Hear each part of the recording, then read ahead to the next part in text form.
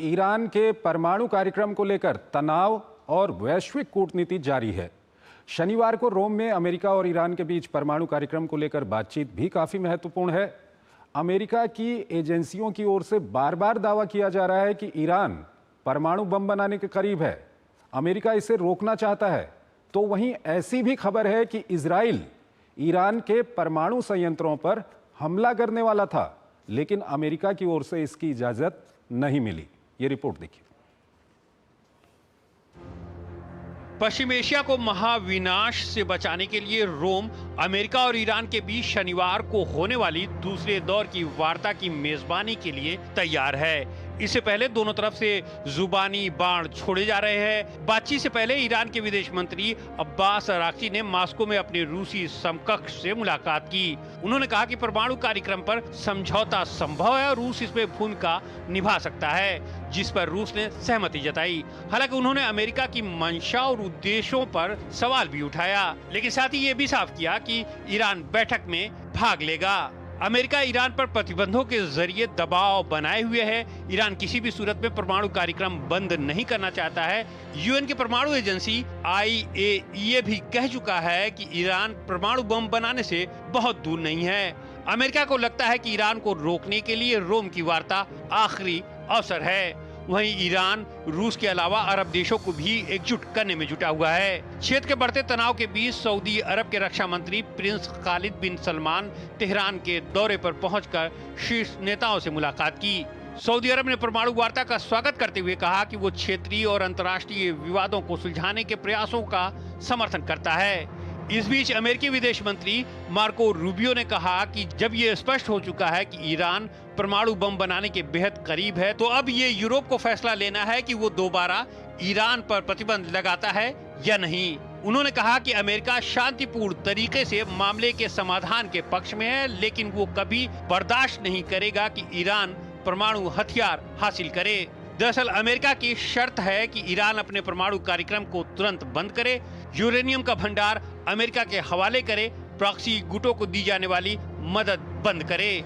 राष्ट्रपति ट्रंप बार बार धमकी दे रहे हैं कि अगर बातचीत विफल रही तो ईरान को नतीजा भुगतने के लिए तैयार रहना चाहिए। हालांकि ईरान पर हमले को लेकर ट्रंप की कैबिनेट में अलग अलग मत हैं। इस बीच खबर है कि इजराइल ईरान के परमाणु सुविधा केंद्रों पर हमला करने की तैयारी कर रहा था, लेकिन ट्रंप ने इसकी इजाजत नहीं दी। उनका मानना है कि इससे पश्चिम एशिया में खतरनाक युद्ध छिड़ सकता है।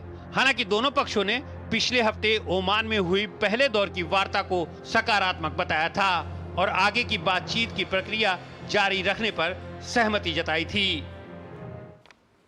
एसआर तायल हमारे साथ जुड़े हुए हैं, विदेशी मामलों के जानकार हैं। उनसे हम इस मामले पर बातचीत करेंगे। तायल साहब, अगर हम इस मामले को देखें जो ईरान के परमाणु कार्यक्रम को लेकर है, कहीं ना कहीं बातचीत शुरू हुई है, ये अच्छी बात है। और ओमान में जब बातचीत हुई, वहाँ से जो खबर आई उसमें पता चला कि अमेरिकी प्रतिनिधिमंडल एक कमरे में बैठा हुआ था और ईरान का प्रतिनिधिमंडल दूसरे कमरे में बैठा हुआ था।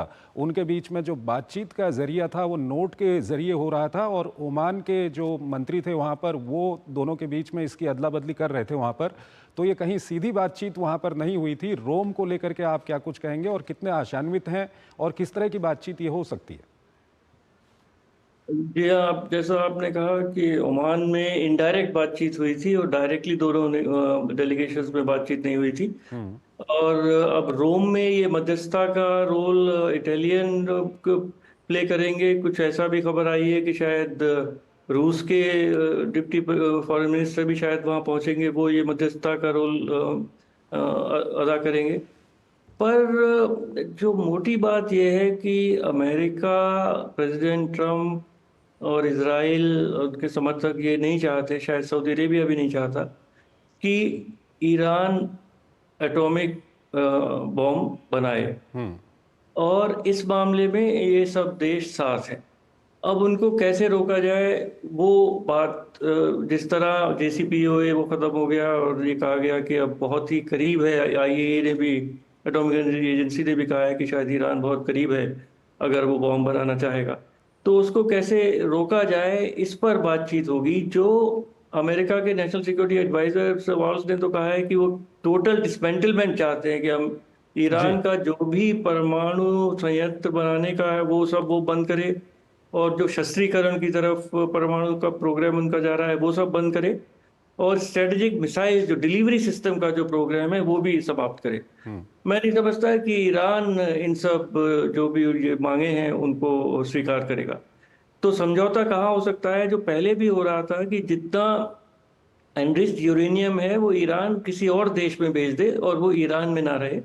और रशिया ने कहा था कि वहाँ हम अपने पास रख लेंगे, जिससे कि अगर उसके पास एनरिच्ड यूरेनियम ईरान के पास नहीं होगा तो इसका मतलब है कि वो एटॉमिक बॉम्ब बनाने की स्थिति में नहीं है। तो एक रास्ता ये हो सकता है। दूसरा, राष्ट्रपति ट्रम्प ने ये बिल्कुल कहा है कि अगर 1 महीने के अंदर या 6 हफ्ते के अंदर समझौता नहीं हुआ तो ईरान को चेतावनी दी है कि इतना बॉम्ब करेंगे जो उन्होंने कभी नहीं देखा होगा। ये राष्ट्रपति ट्रम्प की एक नेगोशिएटिंग टेक्निक भी हो सकती है, पर हमें ये ध्यान में रखना चाहिए कि इस समय अमेरिका और इजराइल में बहुत गहरी दोस्ती है। प्रेसिडेंट ट्रम्प और प्राइम मिनिस्टर नेतन्याहू में एक पर्सनल एक दोस्ती है, और इजराइल और प्राइम मिनिस्टर नेतन्याहू हमेशा ये चाहते हैं कि ईरान के ऊपर जबरदस्त हवाई हमला करके उनके जितने परमाणु ताहिल साहब, एक महत्वपूर्ण खबर इसमें ये आई है कि ये वहाँ की मीडिया के जरिए ये खबर आई है कि इजराइल ने जो ईरान का परमाणु संयंत्र है उस पर हमले की पूरी तैयारी कर ली थी, लेकिन अमेरिका ने ऐन वक्त पे उसको रोक दिया। तो अगर ये समझौता नहीं होता है या अमेरिका के पक्ष में ये समझौता नहीं होता है तो आने वाले समय में कुछ ऐसा भी हम देख सकते हैं क्या? देखिए, इसमें अमेरिका की एक बहुत बड़ी बेस कतर में है। हजारों अमेरिकन सोल्जर्स हैं वहां पर। जी। इजिप्ट उनके सोल्जर्स हैं। अगर कुछ लड़ाई होती है तो ऐसा नहीं है कि केवल अमेरिका बॉम्ब करेगा और ईरान चुपचाप बॉम्ब सहता रहेगा। अमेरिका ईरान के पास भी प्रक्षेपास्त्र भी हैं और वो रिटेलिएट करेगा, और उसमें कौन कौन चपेट में आ जाए, सऊदी अरेबिया चपेट में आ जाए। अभी आपकी रिपोर्ट में बताया गया सऊदी अरेबिया के डिफेंस मिनिस्टर जी। डिफेंस मिनिस्टर वहां गए हुए हैं, तो और देशों की सिक्योरिटी भी इससे लिंक्ड है। और ईरान ने चेतावनी दी है कि जहां जहां अमेरिका के जो भी सहयोगी हैं, Saudi Arabia, Egypt, Qatar, UAE, अगर वो इस युद्ध में जरा भी अमेरिका का सहयोग देंगे तो उनके ऊपर ईरान हमला कर सकता है। तो बहुत सारे इसमें देश हैं जिनके अपना सिक्योरिटी, अपनी स्टेबिलिटी, अपनी पूरा उसमें बहुत उसके साथ गुथा हुआ है। ठीक है। और पर मैं समझता हूँ कि स्थिति वहां तक नहीं पहुंचनी चाहिए, क्योंकि उससे इकोनॉमी पे बहुत असर पड़ेगा। जी। और ताहिल मैं साहब, यहाँ पर ये भी जानना चाहेंगे आपसे, अंतिम सवाल है, संक्षेप में थोड़ा बताइएगा क्योंकि समय कम है। रूस और चीन की भूमिका इसमें क्या हो सकती है, क्योंकि रूस कहीं ना कहीं एक तरह से मध्यस्थता की पेशकश कर रहा है, चीन के लिए भी यही कहा जा रहा है। देखिए, इस समय अमेरिका और चीन के संबंध तो कोई लग नहीं रहा कि बहुत अच्छे हैं, पर रूस और अमेरिका के संबंध शायद कुछ बेहतर हैं। और कहीं ना कहीं दोनों में कुछ समझौता, इस बारे में भी बातचीत हो ही रही है, यूक्रेन के बारे में। और इस पर भी ईरान के न्यूक्लियराइजेशन पर भी कुछ बातचीत हुई होगी। तो अगर मध्यस्थता या कोई रोल है तो शायद रूस वो रोल अदा करेगा।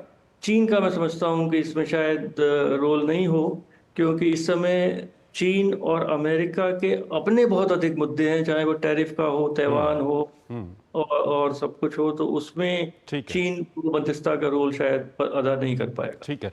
ताहिल साहब, बहुत बहुत शुक्रिया हमारे इस कार्यक्रम में आने के लिए और दोनों ही महत्वपूर्ण विषयों पर अपना विशेष और महत्वपूर्ण विश्लेषण हमारे दर्शकों के साथ साझा करने के लिए।